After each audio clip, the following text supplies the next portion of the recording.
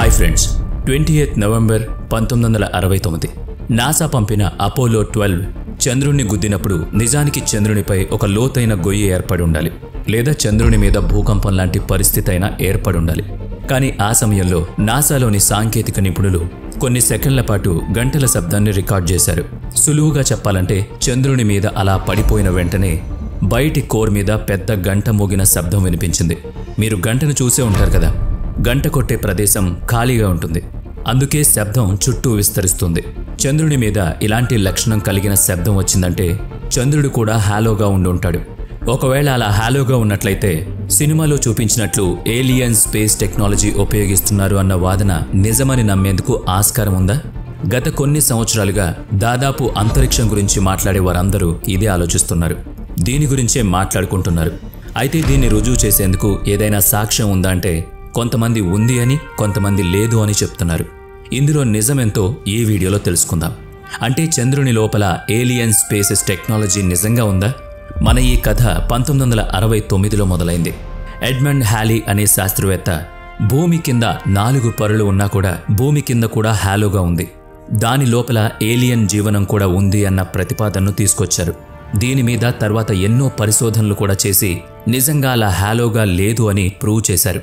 అయితే 1901లో HG wells అనే రచయిత మెన్ ఆన్ ద మూన్ అనే పుస్తకంలో చంద్రుడు పైనుంచి చూడ్డానికి సాలిడ్గా కనిపిస్తూ లోపల హాలోగా ఉన్నాడు అని రాసుకొచ్చాడు.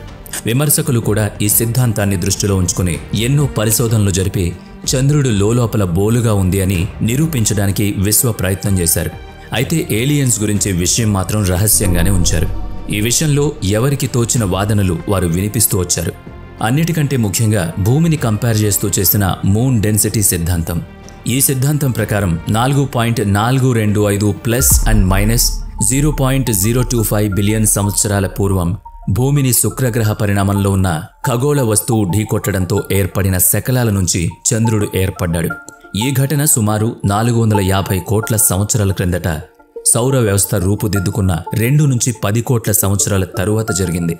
గుద్దుకున్న ఖగోళ వస్తువులు థియా అనే గ్రీకు పురాణాల్లోని దేవత పేరిట పిలుస్తున్నారు. ఈ సిద్ధాంతానికి వ్యతిరేకించేవారు మరొక విషయం కూడా చెప్తారు.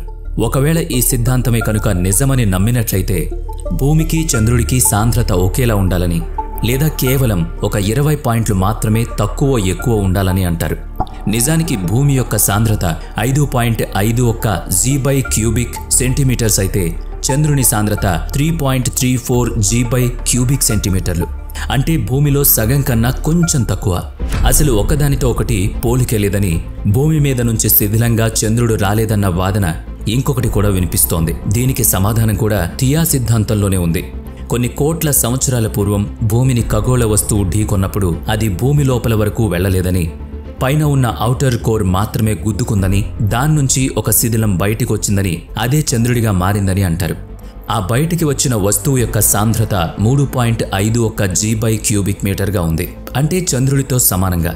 ఆ తరువాత భూమి వేగంగా అలా తిరుగుతూ తన సాంద్రత పెంచుకుందని, చంద్రుడి సాంద్రత అలాగే ఉండిపోయిందని అంటారు. సరే, ఈ లెక్కలన్నీ పక్కన పెట్టిన 1969లో నాసా శాస్త్రవేత్తలు రికార్డ్ చేసిన దాన్ని తప్పని ఎవరూ చెప్పలేరు. దీని ప్రకారం ఏలియన్స్ సృష్టి ఉంది అని భావించే వారి వాదన ఎక్కువైంది. ఇది తెలుసుకోవాలంటే కొంత డేటా కూడా మనం తెలుసుకోవాలి. 1969 నుంచి 1977 వరకు నాసా ఎన్ని లూనార్ మిషన్స్లను ఎగ్జిక్యూట్ చేసిందో వాటి నుంచి వచ్చిన మొదటి చిత్రాల ద్వారా చంద్రుని చుట్టూ ఎన్నో సిస్మోగ్రాఫ్లను ఉంచింది. చంద్రుని మీద వచ్చే భూకంపాలను పరిశీలించి నిజంగా చంద్రుని లోపల ఏముందో కనుగొనడానికి నాసా ప్రయత్నం చేసింది. చంద్రుని మీద ఏ ప్రదేశాలలో అయితే అపోలోని ల్యాండ్ చేశారో వాటి మీద వచ్చిన చిత్రాలు ఇదిగో ఈ వీడియోలో చూపిస్తున్న విధంగా ఉన్నాయి. ఈ రీడింగ్స్ మనకి 2 ముఖ్యమైన విషయాలను తెలియజేస్తాయి. ఒక ప్రదేశానికి మరొక దానికి మధ్య భూకంపాల తీవ్రత, అలాగే చంద్రుని లోతు ఎంత ఉందో కూడా తెలుస్తుంది. అలాగే భూమి మీదలానే చంద్రుని మీద కూడా భూకంపాలు వచ్చినప్పుడు వాటి కంపనలు చాలా దూరం వరకు చుట్టూ వ్యాపిస్తుంది. అయితే అవేవి కృత్రిమంగా ఏర్పడినవి కావు. భూమి ఇతర గ్రహాల మాదిరిగానే చంద్రుని బయట భాగం పూర్తిగా సాలిడ్గా ఉంటుంది తప్ప పూర్తిగా బోలుగా ఉండదు. లోపల సాంద్రతతో కూడిన మ్యాటర్ ఖచ్చితంగా ఉంటుంది. అంటే చంద్రుని లోపల హాలోగా ఉంటుంది అన్న వాదనను వ్యతిరేకించే ఖచ్చితమైన ఆధారం ఇది. ఇక గంట కొట్టినట్టుగా శబ్దం ఎందుకు వచ్చింది అంటారా? చంద్రుని లోపల వరకు స్పేస్ క్రాఫ్ట్ పడడం వల్ల ఏర్పడిన కంపనాలు. అప్పటి నుంచి చంద్ర భూకంప శాస్త్ర ప్రయోగాలు గ్రహాల పొరల ఆకృతి, రకం మరియు సాంద్రతలో వ్యత్యాసాల కారణంగా భూమిపై భూకంపాలు భిన్నంగా పనిచేసే నిస్సార మూన్ క్వేక్లను కలిగి ఉన్నాయని చూపించాయి. అయితే లోపల పెద్ద ఖాళీ స్థలం ఉన్నట్టు ఆధారాలు లేవు. దీన్ని ఆ తర్వాత థర్మల్ రేడియేషన్తో పోల్చి చూస్తే లోపల కాల్షియం, మెగ్నీషియం, ఐరన్ వంటి ఖనిజాలు ఉన్నట్లుగా తేలింది. అయితే ఇక్కడ మరో విషయం కూడా మనల్ని ఆశ్చర్యపరుస్తుంది. 2022లో వచ్చిన ద మూన్ ఫాల్ అనే చిత్రంలో సూర్యుని కన్నా చంద్రుడు 400 రెట్లు విశాలంగా ఉన్నాడు అని చూపించారు. నిజానికి భూమి దగ్గర నుంచి చంద్రుని కన్నా సూర్యుడు 4 రెట్ల దూరంలో ఉన్నాడు. కాబట్టి భూమి నుంచి చూస్తే ఈ రెండు పదార్థాలు ఒక్కలానే కనిపిస్తాయి.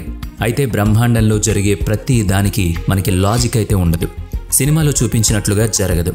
ప్రతి సంవత్సరం దాదాపు 3.8 కిలోమీటర్లు చంద్రునికి దూరంగా జరుగుతోంది మన భూమి. కాబట్టి ఇదంతా ఊహాతీతంగా అనుకోవచ్చు.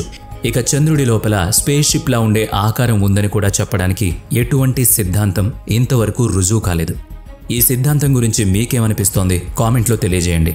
ఈ వీడియో నచ్చితే లైక్ చేయండి, షేర్ చేయండి. అలాగే ఇప్పటివరకు మన ఛానల్ని సబ్స్క్రైబ్ చేసుకున్నట్లయితే ఇప్పుడే సబ్స్క్రైబ్ చేసుకుని బెల్ ఐకాన్ మీద క్లిక్ చేయండి. నెక్స్ట్ వీడియోలో మళ్ళీ కలుద్దాం. Thanks for watching.